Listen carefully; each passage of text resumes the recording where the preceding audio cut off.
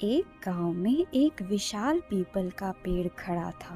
गांव के लोग उसके आसपास भी नहीं भटकते। माना जाता है कि उस पेड़ में एक भयानक चुड़ैल का साया है। जो भी उस पेड़ के पास जाता जिंदा नहीं लौटता। लोग उसके आसपास जाने से भी डरते थे। कुछ लोगों का मानना था कि रात को वहां से कुछ अजीब सी आवाजें आती है, जैसे मानो कोई चुड़ैल उनसे कुछ कहना चाहती हो। कभी कभी तो रोने की भी आवाज आती थी। एक दिन रघु अपने दफ्तर से लौट रहा था। काम इतना था कि उसे बहुत देर हो जाती है। ना चाहते हुए भी उसे उसी रास्ते से जाना पड़ जाता है जहाँ पीपल का पेड़ खड़ा था। वो रास्ता उसके घर से काफी नजदीक था। वह डरा सहमा रास्ते में चल रहा था। अपना ध्यान भटकाने के लिए वह भजन गाने लग जाता है। गोविंद बोलो हरि गोपाल बोलो, गोविंद बोलो हरि गोपाल बोलो।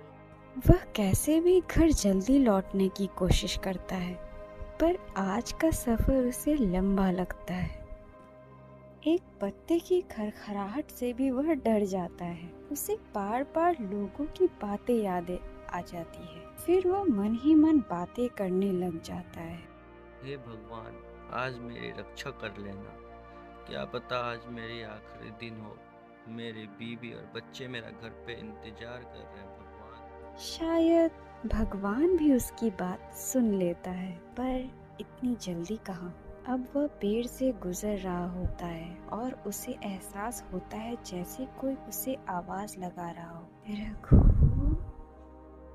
मेरे पास आओ, तुम्हें मेरे साथ चलना है। रघु। वो पीछे घूमकर देखता है तो वहाँ कोई नहीं होता। फिर उसे वो आवाज दोबारा सुनाई देती है। जब वो फिर से मुड़कर देखता है तो वो चुड़ैल प्रकट हो जाती है। चुड़ैल को देख रघु के रोंगटे खड़े हो जाते हैं। चुड़ैल बड़ी डरावनी दिख रही थी। काले उलझे बाल, आंखें चमकीली, नाखून बड़े बड़े, दांत किसी राक्षस से कम नहीं। रघु उसे देखकर चिल्लाया, बचाओ, मुझे बचाओ, कोई सुन रहा है? प्लीज मुझे बचाओ। लेकिन उसकी बातें कोई नहीं सुनता।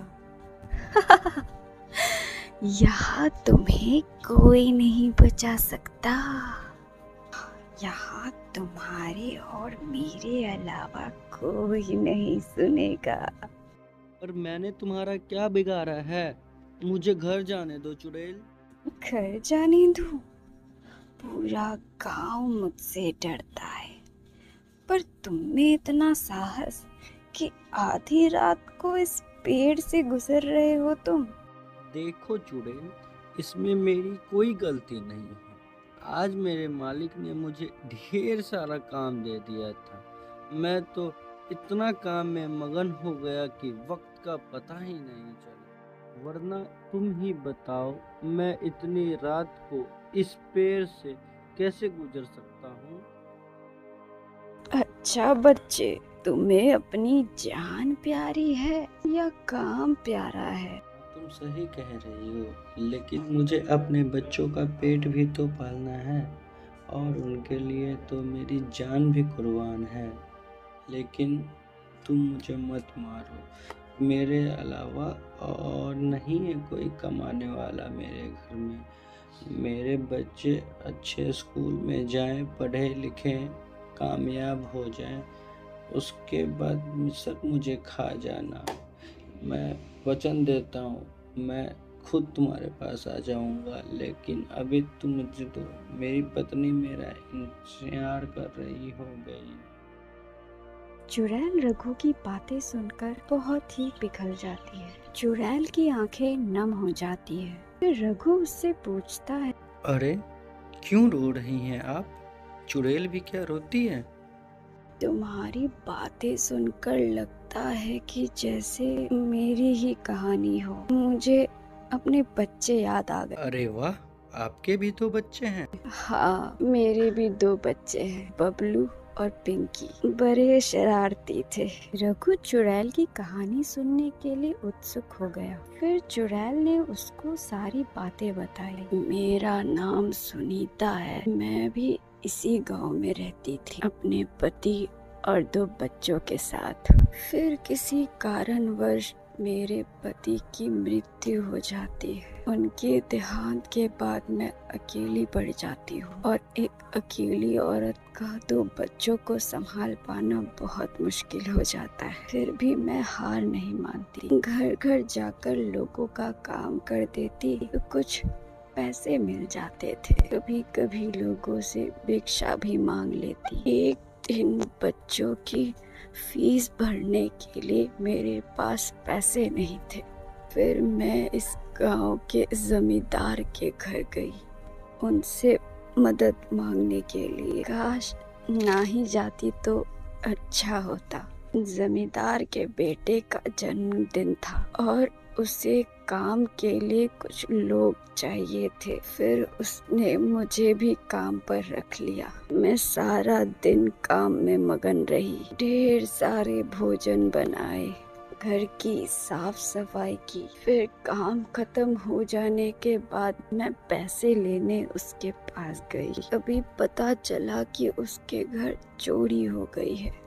जमींदार मुझ पर शक करने लगा। उसे लगा कि मुझे पैसों की जरूरत है तो मैंने ही चोरी की होगी। उस दिन पूरा गांव उसके घर इकट्ठा हुआ था। किसी ने मेरी बात नहीं मानी। मैंने उन लोगों को समझाने की पूरी कोशिश की पर सब ने मुझे चोर करार दिया। फिर उन्होंने मुझे सजा सुनाई। उन्होंने मुझे इसी पीपल के पेड़ पर बांध दिया। मैं रोई चिल्लाई पर किसी ने मेरी बात नहीं मानी। फिर पता है उन्होंने मेरे साथ क्या किया? उन्होंने मुझे जिंदा जला दिया। मैं अपनी जान की भीख मांगती रही लेकिन उन्होंने उफ तक ना की। रघु की आंखें नम हो गई। वो बहुत अफसोस करने लगा। आपके साथ इतना बुरा हुआ? लोग इतने बेरहम कैसे हो सकते हैं? बिना सच्चाई का पता लगाए ही कैसे सजा सुना दी, और वो भी मौत की।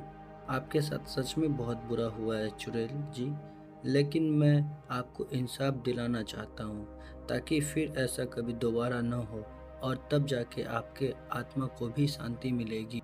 चुड़ैल की आंखें खुशी से भर जाती है। रघु, तुम बहुत ही नेक इंसान हो।